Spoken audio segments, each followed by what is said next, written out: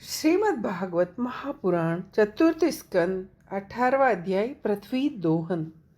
श्री मैत्रेय जी कहते हैं, विदुर जी, इस समय महाराज पृथु के ओठ क्रोध से काँप रहे हैं। उनकी इस प्रकार स्तुति कर पृथ्वी ने अपने हृदय को विचारपूर्वक सम्माहित किया और डरते डरते कहा, प्रभो, आप अपना क्रोध शांत कीजिए। मैं जो प्रार्थना करती उसे ध्यान देकर सुनिए। मुनियों ने इस लोक और परलोक में मनुष्यों का कल्याण करने के लिए कृषि, अग्निहोत्र आदि बहुत से उपाय निकाले। उन प्राचीन ऋषियों के बताए हुए उपाय का इस समय जो पुरुष श्रद्धापूर्वक भली भांति आचरण करता है, वह सुगमता से अभिष्ट फल प्राप्त कर लेता है। राजन, पूर्व काल में ब्रह्मा जी ने जिन धान आदि को उत्पन्न किया, मैंने देखा कि यम नियम व्रतों का पालन न करने वाले दुराचारी लोग ही उन्हें खाए जा रहे हैं।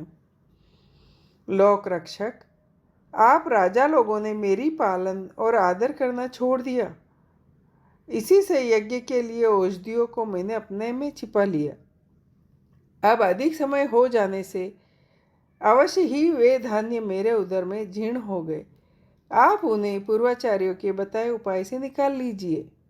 लोकपालक वीर, यदि आपको समस्त प्राणियों के अभिष्ट एवं बल की वृद्धि करने वाले अन्न की आवश्यकता है, तो आप मेरे योग्य बछड़ा, दोहन पात्र और धोने वाले की व्यवस्था कीजिए।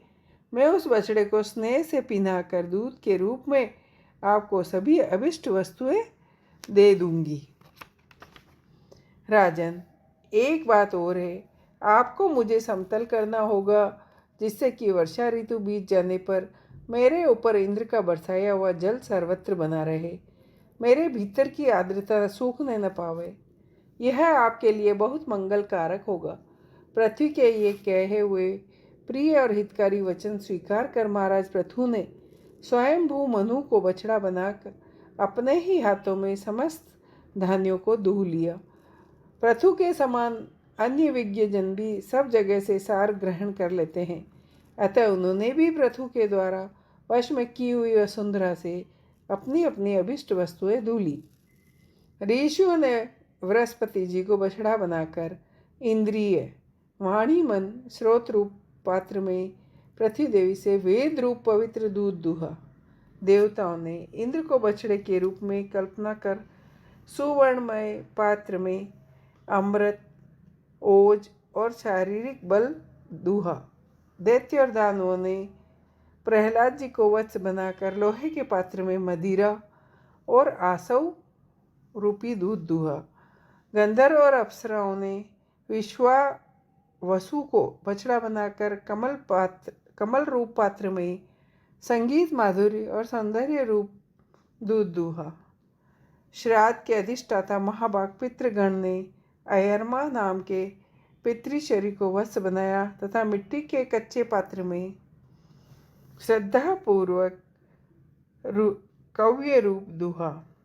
फिर कपिल देव जी को बछड़ा बनाकर आकाश रूप में पात्र ने सिद्धों ने अणिमादि अष्ट सिद्धि तथा विद्याधरों ने आकाश गमन और विद्याओं को दूहा।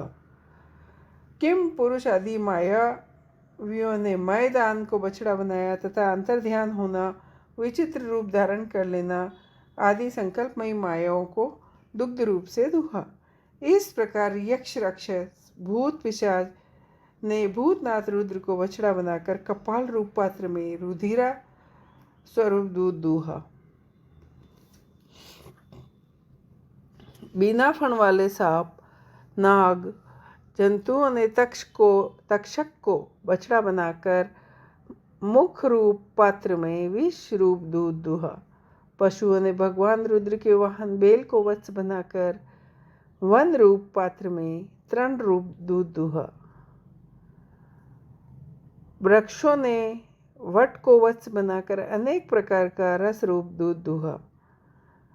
पर्वतों ने हिमालय रूप बछड़े के द्वारा अपने शिखर पात्र में अनेक प्रकार की धातुओं को दूहा। पृथ्वी तो सभी अभिष्ट वस्तुओं को देने वाली है और इस समय वह पृथु जी के अधीन थी, अतः उससे सभी ने अपने अपनी जाति के मुखिया को बछड़ा बनाकर अलग अलग पात्रों में भिन्न भिन्न प्रकार के पदार्थों को दूध के रूप में दूह लिया। कुरुश्रेष्ठ विदुर जी, इस प्रकार पृथु आदि अन्य भोजियों ने भिन्न भिन्न दोहन पात्र और वस्त्रों द्वारा अपने विभिन्न अन्य रूप दूध पृथ्वी से दूहे। इससे महाराज पृथु ऐसे प्रसन्न हुए कि सर्व काम दुआ पृथ्वी के प्रति उनकी पुत्री के समान स्नेह हो गया और उन्होंने अपनी कन्या के रूप में स्वीकार कर लिया। फिर राजाधिराज पृथु ने अपने धनुष की नोक से पर्वतों को फोड़कर इस सारे भूमंडल को समतल कर दिया। वे पिता के समान अपनी प्रजा के पालन पोषण की व्यवस्था में लगे हुए थे। अनेकों गांव, कस्बे, नगर, खाने, किसान के गांव, पहाड़ों की तलहटियों के गांव बसाए। महाराज पृथु से पहले इस पृथ्वी पर पूर्व ग्रामादि का विभाग नहीं था। सब लोग अपने सुविधे के अनुसार बेग खटके जहाँ तहाँ बस जाते थे। इति श्रीमद्भागवत महापुराण परमहंसाय संहिताय चतुर्थ स्कंदे पृथु विजय 18वां अध्याय। जय हो।